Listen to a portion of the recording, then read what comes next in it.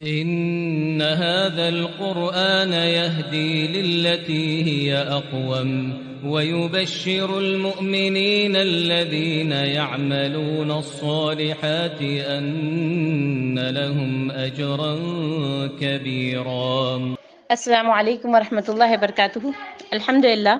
الحمد للہ نحمده ونستعینه ونستغفره ونؤمن به ونتوکل علیہ ونعوذ باللہ من شرور انفسنا ومن سیئات اعمالنا من يهده اللہ فلا مضل له ومن يضلله فلا هادی له ونشهد ان لا الہ الا اللہ وحدہ لا شریک له ونشهد ان محمدا عبدہ ورسولہ. اما بعد فاعوذ باللہ من الشیطان الرجیم. بسم اللہ الرحمن الرحیم. اللہ تعالیٰ نے سورۃ اعراف میں اپنے مؤمن بندوں کا ذکر کیا، اس کے بعد کافر وہ لوگ جو کہ کفر کرتے ہیں، انکار کرتے ہیں، ان کا ذکر، اس کے بعد پھر حضرت نوح علیہ السلام کا، حضرت صالح علیہ السلام کا ذکر، قوم سمود و قوم عاد کا ذکر، اور اب جو آج کی آیت ہے اس میں اللہ تبارک و تعالیٰ حضرت لوط علیہ السلام کا ذکر کر رہے ہیں. اچھا، حضرت لوط علیہ السلام جو ہیں ان کے بارے میں ابھی بتاتی ہوں کہ ان کا حضرت ابراہیم علیہ السلام سے کیا رشتہ تھا. جو آیت ہے جو کہ حضرت لوط علیہ السلام کے قوم کے بارے میں نازل ہوئی وہ کیا ہے؟ وَلُوطًا إِذْ قَالَ لِقَوْمِهِ أَتَأْتُونَ الْفَاحِشَةَ مَا سَبَقَكُم بِهَا مِنْ أَحَدٍ مِنَ الْعَالَمِينَ. اور لوط کو بھیجا جب اس نے اپنی قوم سے کہا، کیا تم ایسی بھی حیائی کرتے ہو جو تم سے پہلے دنیا والوں میں سے کسی نے بھی نہیں کی. انکم لتأتون الرجال شہوۃ من دون النساء. خواہش پوری کرنے کے لیے عورتوں کو چھوڑ کر مردوں کے پاس آتے ہو. بل انتم قوم مسرفون. بلکہ تم وہ لوگ ہو جو کہ حد سے بڑے ہوئے ہو. حضرت لوط علیہ السلام اور ان کا جو علاقہ تھا، جس جگہ پہ ان کو مبعوث کر کے بھیجا گیا، وہ کیا تھا؟ اللہ تعالیٰ نے فرمایا یعنی اور، بلا شبہ ہم نے بھیجا، لوطن یعنی لوط علیہ السلام کو، یعنی لقد ارسلنا نہیں یہاں اللہ تعالیٰ نے استعمال کیا ہے، یہاں اللہ تعالیٰ نے کہا ہے لوطن. ٹھیک ہے، تو یہ اسی طریقے سے ہے جیسے کہ وذکر یعنی اور لوط کو یاد کرو، جس طریقے باقی انبیاء کے لیے اللہ تعالیٰ نے کہا اذ قال لقومہ، جب اس نے اپنی قوم سے کہا. کیا کہا؟ حضرت لوط علیہ السلام جو ہیں وہ ہاران بن آزر کے بیٹے اور حضرت ابراہیم خلیل اللہ کے برادر زادے تھے، یعنی ان کے بھتیجے تھے. حضرت ابراہیم علیہ السلام کے بھتیجے تھے حضرت لوط علیہ السلام. آپ حضرت ابراہیم علیہ السلام پر بھی ایمان لے کر آئے تھے اور ان کے ساتھ ارض شام کی طرف ہجرت بھی کی تھی. اللہ تعالیٰ نے انہیں سدوم اور اس کے گرد و نواح کی بستیوں کی طرف نبی بنا کر مبعوث فرمایا. یعنی عام لوگوں میں سے تو کوئی بھی حضرت ابراہیم علیہ السلام کے اوپر ایمان نہیں لایا تھا. تو یہ جو حضرت لوط علیہ السلام تھے یہ خود نبی تھے، ان کو بھی نبی بنا کر مبعوث فرمایا. اب آپ کو میں نے جیسے بہت دفعہ اس بات کی مثال دی کہ جو ہے ایٹ اے ٹائم دنیا میں 3-4 جگہوں پر نبی ہوتے تھے.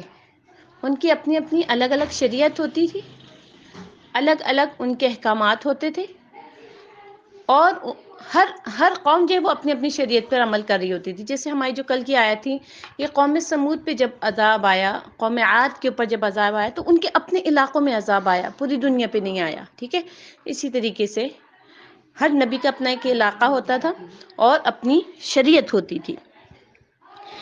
تو یہ جو حضرت لوط علیہ السلام تھے تو ان کو جو ہے وہ سدوم اور اس کے جو آس پاس کی جو بستیاں تھیں اس کی طرف نبی بنا کر مبعوث فرمایا تھا، تاکہ انہیں اللہ عز و جل کی طرف دعوت دیں، اللہ تعالیٰ کا پیغام پہنچائیں.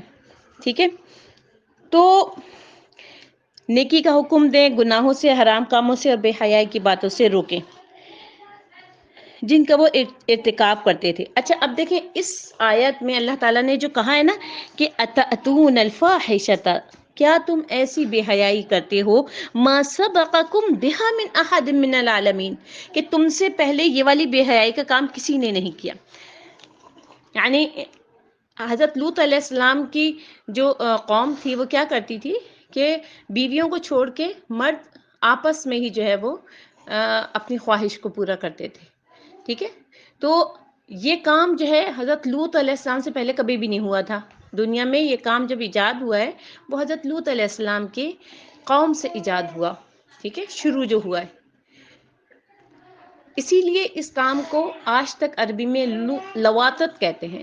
ٹھیک ہے، اس چیز کو کہ جو مرد آپس میں ایک دوسرے کے ساتھ اپنی تسکین کو پورا کرتے ہیں، اس کو عربی میں لواطت کہتے ہیں. ٹھیک ہے، حضرت لوط علیہ السلام کے نام سے ہی یہ چیز، اور اس کو جو ہے جو کام یہ کر رہا ہوتا ہے اس کو لوط ہی کہتے ہیں. ٹھیک ہے.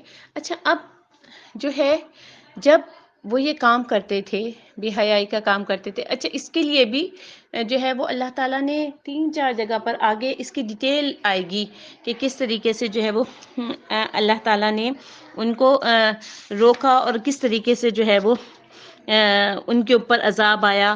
اور حضرت ابراہیم علیہ السلام کو جب بیٹے کی خوشخبری دی تو اس بیٹی کی خوشخبری کے ساتھ ساتھ اللہ تعالیٰ نے کہا کہ یہ جو میرے فرشتے ہیں نا بھیجے ہوئے، یہ اصل میں تمہیں خوشخبری دینے آئے ہیں. اس کے ساتھ ساتھ لوط کے اوپر جو ہے وہ عذاب آنے والا ہے، لوط کی قوم کے اوپر. تو حضرت ابراہیم علیہ السلام نے بے ساختہ کہا کہ ان میں تو لوط بھی موجود ہے، یعنی جو میرے جو وہ ہیں، میرا بھتیجا بھی موجود ہے. اللہ تعالیٰ نے کہا مجھے بہت اچھی طریقے سے پتہ ہے کہ ان میں کون ہے اور کون نہیں ہے. تو حضرت لوط علیہ السلام کی جو بیوی تھیں وہ اس میں شامل، یعنی جن کے اوپر عذاب آیا قوم کے اوپر، وہ اس میں شامل تھی. اچھا کیا ہوتا تھا کہ یہ لوگ جو ہے وہ عورتوں کو چھوڑ دیتے تھے، یعنی شادیاں تو کرتے تھے لیکن جو ہے وہ عورتوں کو کوئی اہمیت ہی نہیں دیتے تھے. ٹھیک ہے، اب جو ہے ان کے گھر میں جیسے کوئی بھی کسی کے گھر میں باہر سے مہمان آیا تو پھر ان کو لگتا تھا کہ اب تو آج ہماری عید ہو گئی، اب تو ہم نے یہ جو باہر سے مہمان آیا اس کو تو ہم نے چھوڑنا نہیں ہے. اسی طریقے سے جب ابھی ڈیٹیل میں اس کا آگے قصہ آئے گا. حضرت لوط علیہ السلام کے گھر میں فرشتے آئے. اب فرشتے ظاہر ہے آسمان سے آتے تھے لیکن آتے انسانی صورت میں تھے نا، انسانی صورت میں، مردوں کی صورت میں، بڑے خوش شکل صورت میں آئے. تو قوم نے کہا کہ او ہو آج تو ہماری عید ہو گئی، اتنے خوبصورت مرد آئے ان کے گھر میں. اچھا، اور قوم کو خبر کس نے دی؟ ان کی بیوی نے. اسی لیے جو ہے سورۃ تحریم میں جہاں پر ذکر ہوا ہے حضرت نوح علیہ السلام کی بیوی کا کہ وہ جو ہے وہ عذاب جن کو دیا گیا، یعنی عذاب میں جو قوم شامل ہوئی تو ان کی بیوی شامل تھی. تو ایک نقطہ سمجھنے کی کیا بات ہے یہاں پر کہ اللہ تبارک و تعالیٰ جب کسی کو ہدایت دیتا ہے تو وہ یہ نہیں دیکھتا کہ یہ اس ہدایت دینے والے سے کتنا قریب ہے. ٹھیک ہے، اور جس کو ہدایت نہیں ملنی ہوتی وہ نبی کے گھر میں پیدا ہوتا ہے، جیسے کہ حضرت نوح علیہ السلام کا بیٹا تھا، نبی کے گھر میں پیدا ہوا. نبی کریم صلی اللہ علیہ وسلم کے چچا ابو طالب، حضرت علی کے والد، پرورش کی ہے، نبی کی پرورش کر رہے ہیں لیکن ہدایت نہیں ہے. اللہ تبارک و تعالیٰ نے ان کے نصیب میں ہدایت نہیں لکھی ہے تو چاہے نبی کی پرورش کی ہے پھر بھی ہدایت نہیں ملے گی. اس لیے اللہ تعالیٰ سے اپنے لیے اور اپنے بچوں کے لیے ہدایت ضرور مانگیے. یا اللہ آپ اہدنا الصراط المستقیم، یا اللہ آپ ہمیں سیدھے راستے پہ چلا دیجئے. تو یہ اگرچہ کہ نبی کی بیوی تھی، ٹھیک ہے نا، لیکن اس کے باوجود یہ وہ شخصیت ہوتی تھی جو کہ فوراً جیسے ان کے گھر میں کوئی مہمان آیا، کوئی بھی آیا، فوراً جا کے بتاتی تھی قوم کے مردوں کو کہ آ جاؤ دیکھو تمہاری تو سمجھ لو آج عید ہو گئی، آج تو زبردست خوبصورت قسم کے مرد آئے ہوئے ہمارے گھر میں. تو وہ بلا کر لے آئی ان کو. تو اب حضرت لوط علیہ السلام کو تو خیر پتہ ہی نہیں تھا کہ میرے قوم پہ عذاب آنے والا ہے. اب وہ نا، اور ان کو یہ بھی نہیں پتا تھا، نبی جو ہیں وہ عالم الغیب نہیں ہوتے، ان کو یہ بھی نہیں پتا تھا کہ یہ فرشتے ہیں، کہ اللہ تعالیٰ کے بھیجے ہوئے فرشتے ہیں.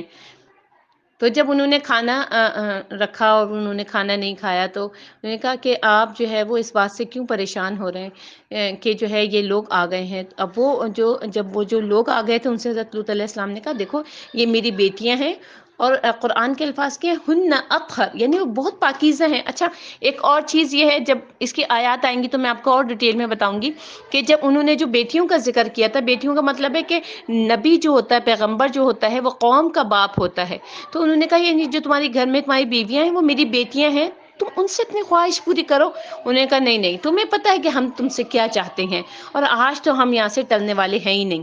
جب فرشتوں نے دیکھا کہ حضرت لوط علیہ السلام اتنا پریشان ہو رہے ہیں تو پھر انہوں نے کہا کہ یہ ہمارا کچھ نہیں بگاڑ سکتے، ہم اللہ کے بھیجے ہوئے بھیجی ہوئی مخلوق ہے، اور ہم تو فرشتے ہیں، ہمارا کچھ بھی نہیں بگاڑ سکتے، ٹھیک ہے۔ تو اب یہ جو لوط علیہ السلام تھے، انہوں نے جو ہے وہ اپنی پوری کوشش کی کہ جو ہے کسی طریقے سے ان کی یہ والی عادت جو ہے وہ چھٹ جائے۔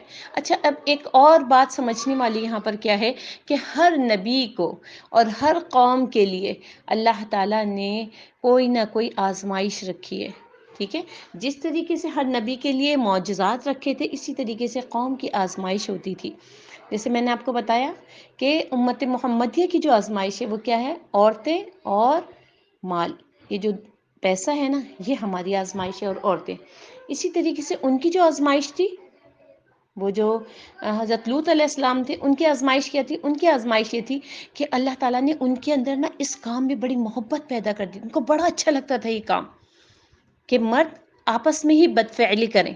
اب ان سے یہ کام چھٹتا ہی نہیں تھا۔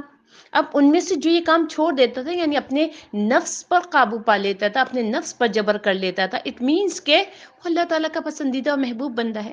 کچھ لوگ تھے جنہوں نے اپنے اوپر یہ کام کیا، انہوں نے اللہ تعالیٰ کو خوش کرنے کے لیے نبی کی بات مانی۔ جب نبی نے سمجھایا، ٹھیک ہے بھائی، برائی کر رہے تھے، غلط کام کر رہے تھے، لیکن نبی نے سمجھایا، ان کے سمجھ میں آ گیا۔ لیکن جس کو ہدایت نہیں ملنی تھی، اور آپ کو پتہ ہے کہ آج کل بھی ہمارے اس معاشرے میں یہ کام اتنا عام ہو گیا ہے، اور اس چیز کو اتنی ترویج دی جا رہی ہے، میڈیا اس کو اتنی ترویج دیتا ہے کہ ایک عام سی بات ہے کہ ہر انسان کی اپنی مرضی ہے کہ وہ اس چیز کو، اپنی اس تسکین کو کس طریقے سے پورا کرے۔ عورت کے ذریعے سے پوری کرے، مرد کے ذریعے سے کرے، یا وہ آپس میں کریں، یا اس کے لیے نکاح کی بھی کوئی شرط نہیں ہے، ویسے ہی کیا جا سکتا ہے۔ یعنی اس چیز کو بہت تجویز دی جا رہی ہے، صرف اسی لیے کہ آپ یہ دیکھیے یہ اتنا زیادہ برا اور اتنا گھناؤنا فعل ہے کہ اس کی وجہ سے پوری قوم پر عذاب آیا، اس ایک کی وجہ سے۔ تو اب آپ یہ سوچیے کہ آج کل ہم جن یعنی کثیر، یعنی گنی نہیں جا سکتی ان گنت برائیوں میں مبتلا ہیں، ان میں سے ایک یہ بھی موجود ہے کہ ہمارے آس پاس والے، ہمیں کچھ لوگوں کے نام بھی پتہ ہوتے ہیں، ہمیں پتہ ہوتا ہے کہ وہ یہ بدفعلی کرتے ہیں، لیکن ہم کچھ نہیں کر پاتے۔ اور آپ کو پتہ ہے کہ اسلام میں اس کی سزا کیا ہے کہ کرنے والا اور کروانے والا دونوں کو رجم کر دیا جائے، کیونکہ جو کروا رہا ہے اس کو بھی اسی چیز کی لت پڑ جاتی ہے۔ تو بجائے اس کے کہ یہ گناہ پھیلے، تو اس کو جو ہے گڑھے میں کھڑا کر کے اس کو اتنے پتھر مارے جائیں، اور گڑھے میں کھڑا کرنے کا مقصد اور سب کے سامنے پتھر مارنے کا مقصد کیا ہے کہ لوگوں کو عبرت ہو کہ دیکھو اگر تم نے یہ بدفعلی کی تو تم جو ہے وہ تمہیں اس طریقے سے سزا دی جائے گی۔ اب آپ دیکھیے جو اسلام نے سزائیں، اللہ تبارک و تعالیٰ نے جو بتائی ہیں سزائیں، وہ اگر ہم اس کو اپلائی کرنا شروع کرتے ہیں تو دیکھیں معاشرے میں کتنا امن و امان ہو جائے، لیکن چونکہ ہم اس کو اپلائی نہیں کر رہے ہوتے، ہم یہ کہتے ہیں کہ نہیں، یہ تو انسانیت کی خلاف ورزی ہے، یہ تو انسانیت کے جو ہے وہ منافی ہے یہ چیز کہ جو ہے ہم اس طریقے سے سزا دیں۔ تو پھر کیا ہوتا ہے کہ یہ برائی ہم سب کو اچھی طریقے سے پتہ ہے کہ کتنی ہر جگہ پر جو ہے وہ یہ چیز کتنی زیادہ موجود ہے اور کتنی زیادہ بڑھتی جا رہی ہے۔ یعنی یہ نہیں کہ سٹاپ ہو رہی ہے یا بس وہیں پر ہی رکی ہوئی ہے، چند لوگ ہیں چلیں ٹھیک، نہیں، یہ کتنی تیزی سے بڑھتی جا رہی ہے، ٹھیک ہے نا۔ تو اب حضرت لوط علیہ السلام نے بھی جو ہے وہ اپنی قوم کو منع کیا کہ دیکھو تم یہ بے حیائی کی باتیں جو ہے وہ نہ کرو، اور جو تم یہ ارتکاب کر رہے ہو، کیونکہ جیسے میں نے بھی آپ کو بتایا کہ سب سے پہلے انہوں نے اس کام کو ایجاد کیا تھا، ان سے پہلے کسی انسانوں یا کسی مخلوق نے بھی جو ہے وہ اس کام کا ارتکاب نہیں کیا تھا۔ اور یہ کام ہے کہ عورتوں کے بجائے مردوں سے ہی وہ اپنی جنسی خواہش کو پورا کیا کرتے تھے۔ تو اس سے پہلے قوم سمود بھی گزری، قوم عاد گزری، حضرت نوح علیہ السلام کی، حضرت آدم علیہ السلام کے بچے تھے جو کہ پوری دنیا میں پھیلے تھے، وہ سب تھے، لیکن نہ انہوں نے کبھی بھی جو ہے وہ یہ والا کام نہیں کیا تھا، نہ جو ہے وہ اس چیز کو پسند کرتے تھے، بلکہ کسی کے دل میں اس کا خیال تک نہیں آیا تھا، ٹھیک ہے نا۔ تو سب سے پہلے اہل صدوم جو تھے انہوں نے ہی اس بے حیائی کا ارتکاب کیا، اللہ تبارک و تعالیٰ کی ان کے اوپر لعنت ہو۔ اچھا، اب جو یہ عمر بن دینار اس آیت کریمہ میں نا ما سبقکم بہا من احد من العالمین، کہ تم سے پہلے اہل عالم میں سے کسی نے اس طرح کا کام نہیں کیا، تو وہ فرماتے ہیں اس کی تفسیر میں کہ قوم لوط سے پہلے کبھی کسی مرد مرد نے دوسرے مرد سے بدفعلی نہیں کی تھی، اس لیے حضرت لوط علیہ السلام نے ان سے فرمایا تھا اتأتون الفاحشۃ ما سبقکم بها من احد من العالمین، کہ تم ایسی بے حیائی کا کام کیوں کرتے ہو کہ تم سے پہلے اہل عالم میں کسی نے اس طرح کا کام نہیں کیا۔ انکم لتأتون الرجال شہوۃ من دون النساء، تم بے شک خواہش نفسانی پورا کرنے کے لیے عورتوں کو چھوڑ کر مردوں کے پاس آتے ہو، یعنی عورتوں سے، اور اللہ تعالیٰ نے ان کے جس مقام کو تمہارے لیے پیدا کیا ہے اس سے روگردانی کر کے مردوں کی طرف مائل ہو رہے ہو، اور یہ ظلم بھی ہے اور جہالت بھی، کیونکہ یہ ایک چیز کو ایسی جگہ پر رکھنا ہے جو اس کی جگہ ہی نہیں ہے، ٹھیک ہے۔ تو اسی لیے ایک دوسری آیت میں حضرت لوط علیہ السلام نے اپنی قوم سے فرمایا تھا ہؤلاء بناتی ان کنتم فاعلین، اگر تمہیں کرنا ہی ہے تو یہ میری قوم کی لڑکیاں، ان سے شادی کر لو، یعنی آپ نے ان کی رہنمائی فرمائی تھی کہ عورتوں سے شادی کرو، مگر انہوں نے معذرت کی اور انہوں نے کہا کہ ہم عورتوں کو پسند ہی نہیں کرتے۔ کیا کہا انہوں نے؟ قالوا لقد علمت ما لنا في بناتك من حق وَإِنَّكَ لَتَعْلَمُ مَا نُرِيدُ، وہ بولے البتہ تحقیق تم کو معلوم ہے کہ تمہاری قوم کی بیٹیوں کی ہمیں کچھ بھی حاجت نہیں، اور بے شک جو ہماری غرض ہے اسے تم خوب جانتے ہو، یعنی تم جانتے ہو کہ عورتوں سے متعلق ہماری کوئی خواہش اور ارادہ نہیں، اور تم یہ بھی جانتے ہو کہ تمہارے مہمانوں کے بارے میں ہمارا کیا ارادہ ہے، یعنی ہم کیا چاہتے ہیں تمہارے مہمانوں سے۔ وَمَا كَانَ جَوَابَ قَوْمِهِ إِلَّا أَنْ قَالُوا اخرجوہم من قریتکم، اور اس کے قوم کا بس ایک یہی جواب تھا کہ یہ شخصیت ہے نا جو ہمیں منع کرتی ہے، جو ہمیں ہر وقت اللہ تعالیٰ کا پیغام پہنچا رہی ہے، اس کو نکال دو، اس کو قریے میں سے نکال دو۔ انہم اناس یتطہرون، بے شک یہ لوگ تو بڑے پاکیزہ بننے کی کوشش کرتے ہیں، بے شک یہ لوگ بہت پاک صاف بننے کی کوشش کرتے ہیں، تو ایسا اچھا ہوگا کہ ان کو ہم نکال دیں یہاں سے۔ اب آپ یہ دیکھیے کہ وہ لوگ جو کہ یعنی لوط علیہ السلام کو انہوں نے یہ جو جواب دیا تھا کہ وہ جو ارادہ کر چکے ہیں کہ لوط علیہ السلام ان کے ساتھ جو ہے وہ ایمان لے کے آنے والے لوگ تھے، ان کو اور لوط کو جلا وطن کر دیں گے، ٹھیک ہے نا، یعنی ان کو نکال دیں۔ حالانکہ اللہ تعالیٰ کا تو پہلے سے ہی ارادہ تھا کہ جو ہے وہ جب قوم کے اوپر عذاب آئے گا تو حضرت لوط علیہ السلام اور جو ان کے اوپر ایمان لے کے آئے وہ تو ان کو اللہ تعالیٰ ویسے ہی ان کو باہر نکال دے گا، اور اس کے بعد قوم کے اوپر عذاب آئے گا، لیکن جو قوم تھی اس کا اپنا کیا ارادہ تھا کہ ان کو جلا وطن کر دیتے ہیں۔ تو اللہ تعالیٰ نے آپ کو وہاں سے صحیح سلامت پہلے باہر نکالا، اور قوم لوط کو نہایت ذلت اور رسوائی کے ساتھ انہی کے علاقے میں ہلاک کر دیا۔ انہم اناس یتطہرون، بے شک یہ لوگ پاک بننا چاہتے ہیں۔ قتادہ فرماتے ہیں کہ انہوں نے ایک ایسا عیب لگایا جو کوئی عیب نہیں تھا، یعنی مجاہد فرماتے ہیں ان کے کہنے کا مقصد یہ تھا کہ یہ لوگ مردوں اور عورتوں کی شرمگاہوں سے پاک رہنا چاہتے ہیں، ٹھیک ہے نا۔ تو آگے کا جو آیات ہیں اس میں اللہ تعالیٰ نے جو ہے وہ کیا فرمایا ہے کہ فَأَنْجَيْنَاهُ وَأَهْلَهُ إِلَّا امْرَأَتَهُ، پھر ہم نے اسے اور اس کے گھر والوں کو نجات دے دی۔ کانت من الغابرین، سوائے اس کی بیوی کے، من الغابرین وہ پیچھے رہنے والی یعنی ہلاک ہونے والوں میں شامل ہو گئی۔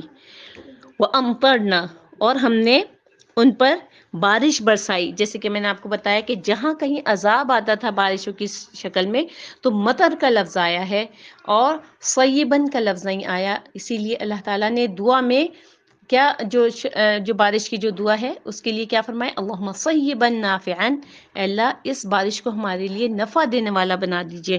تو اب یہاں پر پھر سے وہ امطرنا، اور ہم نے بارش برسائی، علیہم مطراً، ان کے اوپر کیسی بارش برسائی؟ جو پتھروں کی بارش تھی۔ فانظر کیف کان عاقبۃ المجرمین، چنانچہ دیکھ لیجئے کہ مجرموں کا انجام کیسا ہوا، یعنی اللہ تعالیٰ نے فرمایا کہ ہم نے لوط علیہ السلام کو ان کے گھر والوں کو بچا لیا، اور ان کے گھر والوں کے سوا اور کوئی ان پر ایمان نہیں لایا، جیسے کہ اللہ تعالیٰ نے فرمایا فاخرجنا من کان فیہا من المؤمنین، تو وہاں جتنے مؤمن تھے ہم نے ان کو نکال لیا۔ فما وجدنا فیہا غیر بیت من المسلمین، تو وہاں اس میں ایک گھر کے سوا مسلمانوں کا کوئی گھر نہ پایا. یعنی حضرت لوط علیہ السلام کی بیوی ان پر ایمان نہیں لے کے آئی تھی، بلکہ وہ اپنے قوم ہی کے دین پر تھی، اور وہ اپنے قوم کے لوگوں کو حضرت لوط علیہ السلام کے خلاف اکساتی رہتی تھی، اور اشاروں کے ساتھ جو ہے وہ لوط علیہ السلام کے پاس آنے والے مہمانوں کے بارے میں بھی انہیں بتاتی رہتی تھی. یہی وجہ ہے کہ جب لوط علیہ السلام کو یہ حکم دیا گیا کہ وہ اپنے گھر والوں کو لے کر راتوں رات یہاں سے نکل جائیں، اور انہیں یہ بھی حکم دیا گیا تھا کہ وہ اپنے اس پروگرام کے بارے میں اپنی بیوی کو نہ بتائیں اور نہ اسے اپنے ساتھ لے کے جائیں. ٹھیک ہے. کچھ لوگوں نے یہ بھی بیان کیا کہ حضرت لوط علیہ السلام کی بیوی ان کے ساتھ نکل تو پڑی تھی، مگر جب عذاب آیا تو پلٹ کر دیکھنا شروع ہو گئی. تو اسی طریقے سے اللہ تعالیٰ نے منع کیا تھا کہ تم لوگ پلٹ کے مت دیکھنا کہ پیچھے قوم کے ساتھ کیا ہو رہا ہے، بس تم آگے آگے چلتے جانا. تو وہ جو بیوی تھی وہ بار بار پلٹ کے دیکھ رہی تھی، تو اس طرح سے وہ بھی اسی عذاب میں مبتلا ہو گئی جس میں اس کی قوم مبتلا ہوئی تھی. لیکن مظاہر معلوم ایسے ہوتا ہے کہ عورت شہر سے باہر نہیں نکلی تھی، اور نہ حضرت لوط علیہ السلام نے اسے بتایا تھا، بلکہ یہ اپنے قوم کے لوگوں میں ہی باقی رہی. اسی لیے یہاں کیا فرمایا، الا امرأتہ کانت من الغابرین، مگر اس کی بیوی نہ بچی کہ وہ پیچھے رہنے والوں میں سے تھی، یعنی پیچھے رہ جانے والوں میں سے تھی. یہ بھی کہا گیا کہ وہ ہلاک ہو جانے والوں میں سے تھی، اور جو پیچھے رہ جانے والے تھے وہ ہلاک ہونے والے ہی تھے. تو اللہ تعالیٰ کیا فرما رہا ہے کہ وہ امطرنا علیہا حجارۃ من سجیل، ان پر پتھروں کی تہ بہ تہ کنکریاں برسائیں جن پر تمہارے پروردگار کے ہاں سے نشان کیے ہوئے تھے، اور وہ بستی ان ظالموں سے کچھ دور نہ تھی. اس لیے کیا فرمایا، فانظر کیف کان عاقبۃ المجرمین، چنانچہ دیکھ لیجئے کہ گناہ گاروں کا کیسا انجام ہوا. یعنی اے نبی صلی اللہ علیہ وسلم آپ دیکھ لیجئے کہ جو شخص اللہ کی نافرمانی کرنے اور اس کے رسولوں کی تکذیب کرنے کی جرات کرتا ہے تو اس کا انجام کیسا بھیانک ہوتا ہے. ٹھیک ہے. تو اللہ تعالیٰ نے اسی لیے حضرت ابن عباس کی روایت ہے کہ نبی کریم صلی اللہ علیہ وسلم نے فرمایا کہ جسے تم قوم لوط جیسا عمل کرتے ہوئے پاؤ تو فاعل اور مفعول دونوں کو قتل کر دو. یعنی ایٹ اے ٹائم دونوں کو قتل کر دو، یعنی کہ بس جو کرنے والا ہے اس کو قتل کیا جائے گا، جو کروانے والا ہے اس کو نہیں. ایٹ اے ٹائم دونوں کو قتل کر دو. اب آپ دیکھیے ہمارے اس معاشرے میں آج ہم جہاں رہ رہے ہیں وہاں پر یہ ساری جب ہم باتیں پڑھ رہے ہوتے ہیں، جب ہم ترجمہ اور تفسیر اس کی کر رہے ہوتے ہیں، تو آپ کو احساس ہوتا ہے کہ وہی سارے جملے ہوتے ہیں کہ جب ہم کسی کو صحیح بات بتانے لگتے ہیں تو وہ جو گروپ ہوتا ہے یا وہ جو پارٹی ہوتی ہے یا وہ جو گھر والے ہوتے ہیں تو وہ کیا چاہتے ہیں کہ یہ جو بولنے والا ہے نا اس کو ہی نکال دو، نہ یہ بولنے والا ہوگا اور نہ ہی ہمارے جو کام ہے اس میں کوئی خلل آئے گا. جیسے ہماری مرضی ہوگی ہم وہ کام کریں. یا کسی ایک گھر میں سب کے سب جو ہے وہ اللہ تعالیٰ کی شریعت کے خلاف کام کر رہے ہوتے ہیں، ان میں کوئی ایک اللہ تعالیٰ اس کو ہدایت دے دیتا ہے. اب وہ چاہتا ہے کہ سب سے پہلے میں اپنے گھر والوں کی ہدایت کا باعث بنوں، سب سے پہلے میں اپنے گھر والوں کو ہدایت دوں. تو اب وہ جب وہ بولتا ہے تو گھر والوں کو اتنا برا لگتا ہے کہ وہ کہتے ہیں کہ سب سے پہلے اس شخصیت کو باہر نکال دو. تو سیم وہی کام جیسے کہ میں نے آپ لوگوں کو پہلے بھی کہا کہ اللہ تعالیٰ نے یہ جو سارے واقعات بیان کی ہیں یہ جسٹ فار اسٹوری نہیں ہے، اس لیے نہیں ہے کہ بس آپ سنیں اور آپ کو پتہ چل جائے اچھا پچھلی اقوام کے ساتھ ایسا ہوا تھا. نہیں، یہ اس لیے ہے کہ آج اگر تم بھی یہ کام کرو گے، آج اگر تم بھی یہ نافرمانی کرو گے، آج اگر تم بھی اس فعل میں مبتلا ہوگے تو تمہارے ساتھ بھی تصور کیجئے کہ اللہ نہ کرے اگر اس وقت پتھروں کی بارش برسا دی جائے جو ہمارے گناہ ہیں اور جتنے کثیر ہمارے گناہ ہیں اس کے مطابق سے اگر اللہ تبارک و تعالی اللہ نہ کرے پتھروں کی بارش برسانا شروع کر دے، ہم کہاں جائیں گے؟ کہاں بھاگ کے جائیں گے؟ کہاں اپنا منہ چھپائیں گے؟ اور جب اللہ تعالیٰ کا عذاب آتا ہے تو وہ اتنا شدید ہوتا ہے کہ باریک سا جو کنکر ہوتا ہے نا، آپ کو پتا ہے کہ وہ جو باریک سا کنکر جو ابابیل اپنے منہ میں لے کر آئی تھی وہ اتنا بڑا تھا جیسے مسور کی دال، لیکن وہ اتنا باریک سا کنکر جب کسی انسان پر پڑتا تھا تو وہ اللہ تعالیٰ نے کہا ہے کہ وہ کیسا ہو جاتا تھا، جیسے کہ بھس ہوتا ہے نا، جلایا ہوا بھسا آپ نے کبھی دیکھا؟ بالکل راکھ ہو جاتا ہے، اس کی کوئی ویلیو نہیں ہوتی، ہوا میں اڑا ایسا ہو جاتا تھا وہ پورا انسان. تو اس لیے جو ہے وہ اللہ تعالیٰ کے عذابوں سے ڈریے اور اللہ تعالیٰ کی نافرمانی نہ خود کیجیے، اور اگر آپ کے آس پاس ہو رہی ہے تو کم از کم اپنا اتنا حق ضرور ادا کیجیے کہ ایک مرتبہ ان سے ضرور کہیے اور دل سے اپنے دل میں اس چیز کی تڑپ پیدا کیجیے کہ مجھے جو ہے وہ اپنے جیسے انسانوں کو جہنم میں جانے سے بچانا ہے. اللہ تبارک و تعالیٰ سے دعا ہے کہ اللہ رب العالمین احکم الحاکمین ہم سب کی ہدایت فرما دیجئے، ہمارے اندر اتنی تقویت اتنی عزیمت دے دیجئے کہ ہم اپنی زبانوں کو اس چیز کے لیے استعمال کریں کہ جہاں اللہ کی شریعت کے خلاف کام ہو رہا ہے وہاں ہم ضرور بولیں. سبحان ربك رب العزة عما يصفون وسلام على المرسلين والحمد لله رب العالمين. السلام علیکم ورحمۃ اللہ وبرکاتہ.